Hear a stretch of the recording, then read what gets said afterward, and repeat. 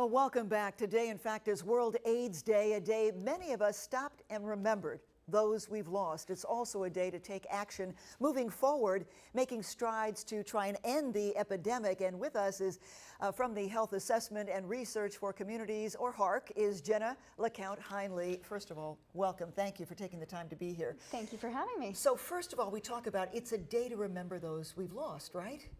It's an important day. It absolutely is. Yeah, and the other thing is what HARC is doing in the community is so important because you want people to get tested, right? That's absolutely true. It can make a huge difference. It can. This is one of those epidemics that can end. This could be like polio. Essentially, if everyone who has HIV were to be connected to care, and get meds. Yeah. It would be stop the transference of HIV and AIDS, and this could be over within a generation. But the problem is, there's an estimated 1.1 million people living with HIV and AIDS in the United States today.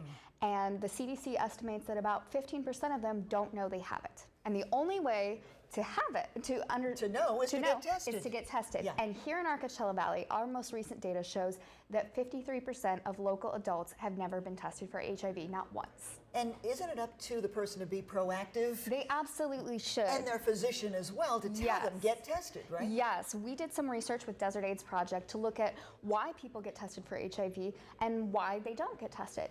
And one of the #1 reasons was really about, A, they don't think they're at risk, which is untrue. Everybody is at risk.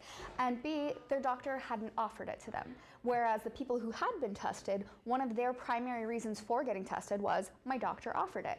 So it's very clear that we need to be proactive. If your doctor's not offering it, you need to ask for it. It's your life. It's your health. Yeah. And one of the great things about the Coachella Valley is that it's never been easier to get tested for HIV.